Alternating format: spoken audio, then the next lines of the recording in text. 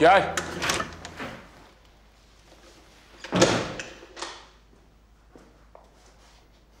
Komutanım.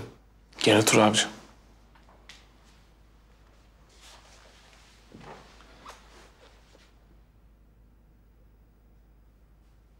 Nasılsınız? İyi, sen? Acısı hala geçmedi değil mi?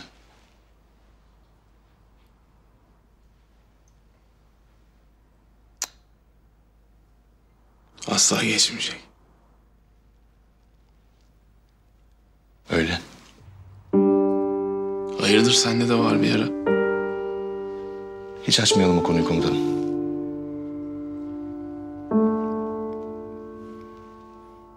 Öldü deme sakın. Ölümden beter. Ne oldu, ayrıldınız mı? Ailesi mi vermedi? Keşke o kadar basit olsaydı be komutanım. Ne oldu oğlum, anlat.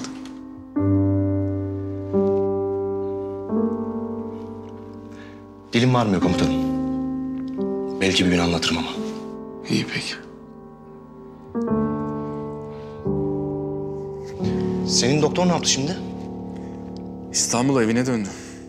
Konuştunuz mu hiç? Yo. Bir hafta oldu konuşmaya.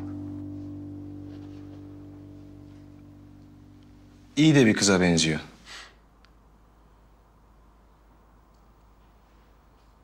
Biz gönül defterini kapattık. Artık sevmek bize haram avcı.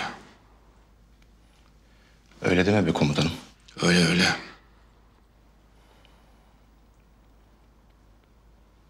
Bir ara çıkar dertleşir miyiz?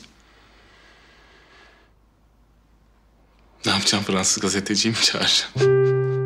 Aman Allah korusun be komutanım. Delinin teki o ya.